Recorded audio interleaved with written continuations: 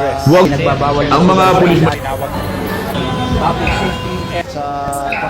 Kamustahin natin yung naging sitwasyon sa unang araw ng simbang gabi. Kaugnay po niya, nasa linya po ng ating komunikasyon ang tagapagsalita ng Manila Police District. Walang iba kundi ang kaibigan ng ating palatuntunan, si Police Major Philip Ines. Good morning, Major Ines.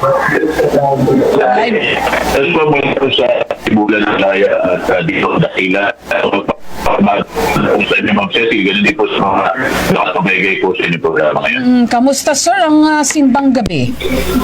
Ang unang araw. Yan po yung unang araw po natin ng simbang gabi. Wala maganapang pumupaw sa ating kamalayan. Wala po kung saan po mahigit kumulang 2,200 NPD personnel po ang gagamitin natin para po dito sa ating paglalatag ng seguridad ngayon pong Yuletide Season 2025. Ayun. So, ang daming mga simbahan, sir, sa Maynila. Isa yan sa mga pinupuntahan talaga, sinasadya ng ating mga kababayan. Ano po, pagkaganitong simula na ng simbang gabi.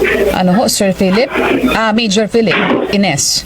Sorry. Natatawag ko. Yes, Ma'am Ceci, hindi lamang po yun. Hindi lamang po yun, Ma'am Ceci. Kundi yung iba pa po natin mga places of convergence katulad po ng mga pamilyang bayan natin. Meron din po tayong pantalan dito. Yung ating po mga LRT natin dito, train station natin, at ganoon din po yung mga malls natin. Kung saan nga, Ma'am Ceci, dito po sa pamilyang bayan natin, ito pong Divisoria, kung saan po, alam po talaga natin na talagang pagdating pa ng mga ganitong panahon, dinadagsak po ito ng ating mga kababayan dito po sa lungsod ng Maynila, at hindi lamang po yung mga kababayan natin dito, kundi po yung mga karating nating syudad at karating nating mga probinsya pumupunta rin po dito. Nakapagtala po tayo dyan, Ma'am Cecil, nung nakaraang taon na mahigit kumulang 2 milyong mga kababayan natin ang pumunta po dyan. 2 million? Grabe. Kamusta, sir, Yes po, Ma'am Cecil. ang pag-estimate nyo ngayon? Tataas ba? Yung bilang... Tinitingnan namin na, Ma'am Cecil, kung may pagtaas, hindi naman po siguro ganun kataas. Ang sa atin po dito, yung latag po natin ng seguridad dyan, tinitingnan po natin na hindi po tayo magkamali. Yes. Kung saan nga po, nakausap po yung 2 station commander na nakakasakop dyan. Ito po yung Moriones Police Station sa ilalim po ng ni Lieutenant Colonel Gilbert Cruz. At ito naman po yung Station 11, yung ating po Basic Police Station kay Lieutenant Colonel Richard Villanueva naman po. Marami po silang mga iba-ibang mga estatiyang ginagawa katulad po nung nabanggit ng Station 11. Bukod po doon sa pagpapataas ng presensya ng ating mga kapulisan doon sa mga pabaan at lugar natin dyan, ay meron pa po silang mga pulis natin na nakalagay sa mga pad natin o yung police assistant desk na mga nag-render po ng mga basic medical assistance po katulad po ng mga pag-BP, pag-check po ng mga blood sugar ng mga kababayan natin dyan, at nagbibigay din po tayo ng mga over-the-counter medicine para po doon sa mga kababayan. Wow. Pagkakandan po ng sakit ng ulo, sakit ng tiyan, at hindi lang ating po kaya titignan dyan. Ay, ng kababayan, hindi lang po nakikita ko dinararan po tayo. At nangalaman po yung tinatawag nating malasakit. Yun. Level up ang serbisyo. Level up palang ginagawang serbisyo ng MPD.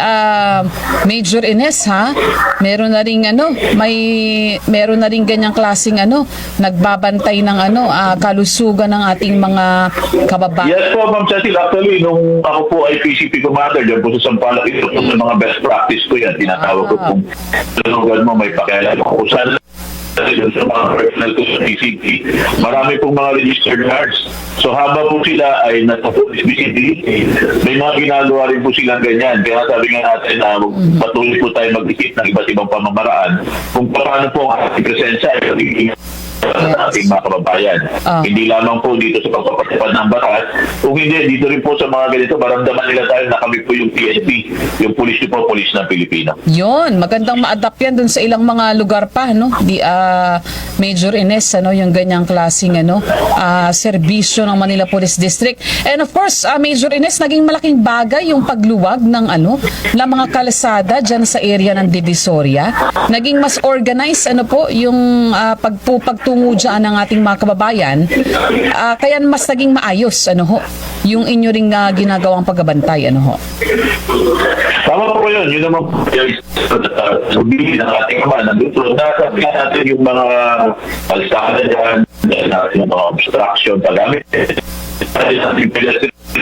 Gamit po nila yan. Kasi sabi nga natin, kung wala po talaga makaayusan dyan, sabi nga, ang lugar ay magkakaroon po tayo ng problema. Kung makakasin niyo po yung Divisoria ngayon, pag pumunta po kayo, organized, may po kayo makikita mga polis dyan na nagpipil sa foot patrol. At hindi lamang po yun, gumagamit rin po tayo ng drone para ma-monitor po natin yung ating mga kababayan, lalo na po sa pagdagsa ng mga namimili. At hindi lang yan mga tete, may ginagamit din tayo mga tinatawag nating sekreta o yung mga polis na naka-plain clothes para ibiniblend natin sa dami ng tao para mas mabantayan pa natin yung ating mga kababayan. Ganun pa man po, siyempre po, nananawagan tayo sa ating mga kababayan na maging mapagbasal po. Pag may napapansin po kayo tayo na isang individual, base po sa kanilang presensya at galaw, i-report nyo po sa ating mga otoridad. Gamitin nyo po yung numerong 911 and dial 1. Darating po agad yung pulis natin sa loob ng 5 minuto. Sir, dito po, dyan po sa Maynila, ano po ang ginagawa niyong pagbabantay? Nakabantay po tayo dun sa paparating na araw ng Kapaskuhan, Bagong Taon, tapos yung pista ng Poong Jesus Nazareno, ano po, ng January 9. Ang dami yung sunod-sunod yung inyong mga malalaking pagtitipon na binabantayan. Wala ho ba kayo natatanggap na na monitor na anumang pagbabanta? Tama kayo, Ma'am Cecil, palagi ko pong nababanggit ito. Wala po markadong pula ang kalendaryo ng mga Pulis Maynila. Tuloy-tuloy po ito. Kaya patulad po dito, pagtapos po natin ng ating pilited season, darating naman po ito yung pagbabantay natin kay Jesus Nazareno. Kung saan po, marami po tayo gagamit ng mga pulis dyan. At pagkatapos po yan, marami pa po masusunod na mga aktividades po na pista na tumbo. Marami po Kaya sabi ko nga po, palagi natin tama po kayo ng Cecil, kaya po dito sa Timbulan ng Laya at Diwang Gatila, kung saan ito yung seat of government, talaga hindi talaga nauubusan ang gagawin ng mga pulis natin. Kaya palagi natin ibinibilin sa kanila, naiingatan po nila yung kanilang kalusugan. Maaaring mapagod po yung ating physical na katawan, ngunit ang isip po natin para makapaglingkod tayo ay dapat na hindi po.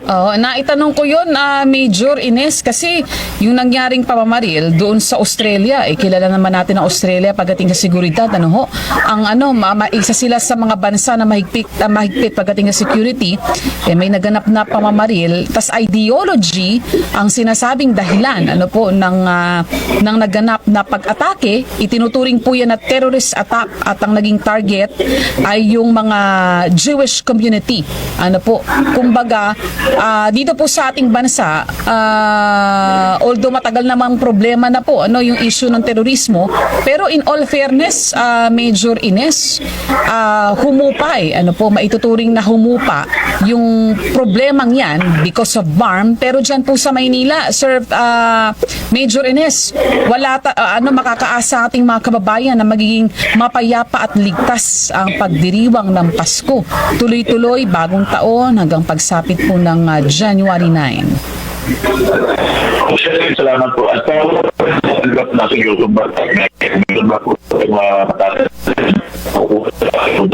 mga nakukuha sa intelligence community natin. Hindi na naiingipit balikat so magkakaroon po agad tayo ng assessment and evaluation.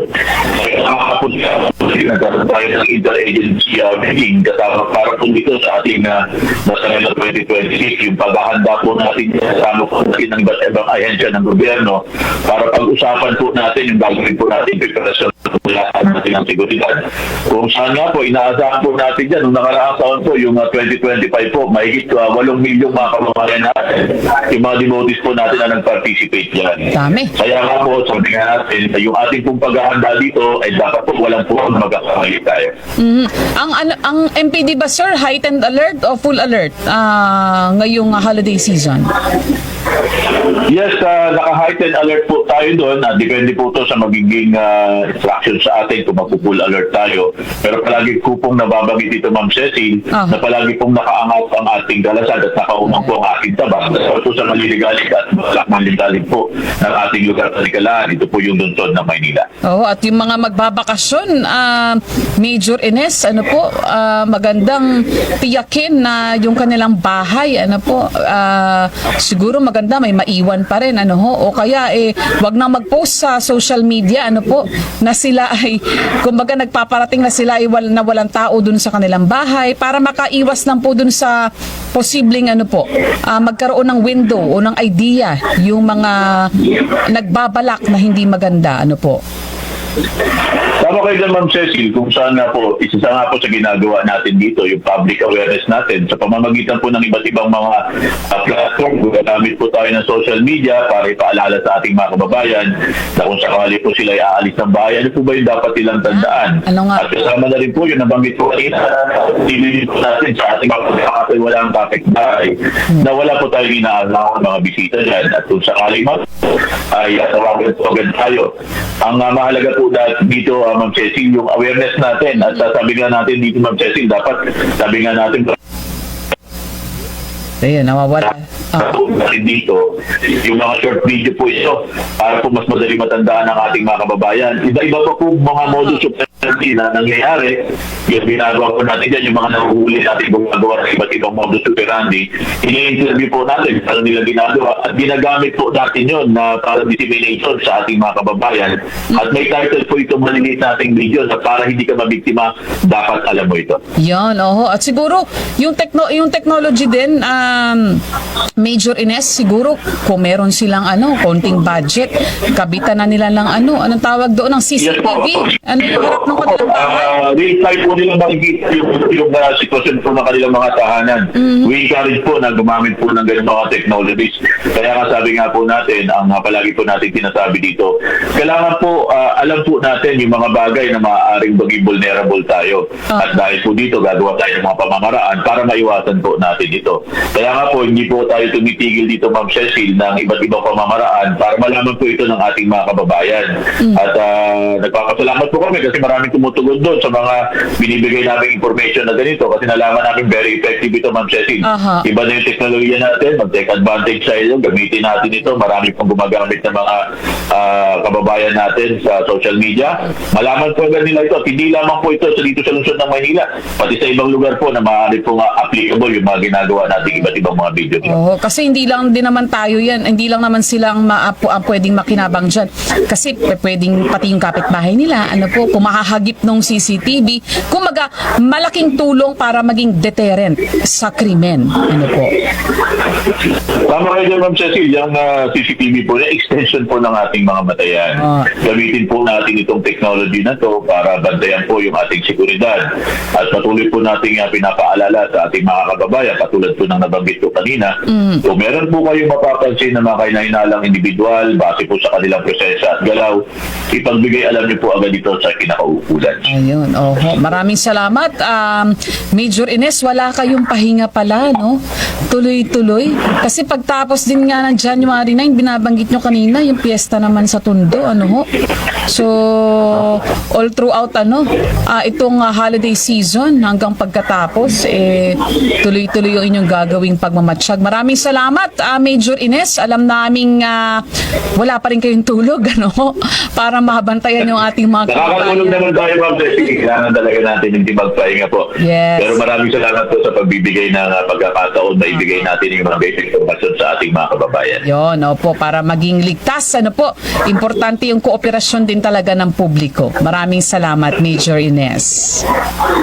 Yes, naman po sa harapan po ng aming CPNP, ng aming regional director ng PRTO, at aming po mga district director, yung aming po taga-Timon, Brigadier General Arnold Bangilisa, po kayo sa mabilis, nararamdaman at dekalidad na servisyo para po sa Madlen. Isang ganong umaga po. Ayan, magandang umaga po at mabuhay po kayo dyan sa Manila Police District. Ayan po si Major Philip Ines, ang tagapagsalita ng Manila Police District, ang ating nakapanayam.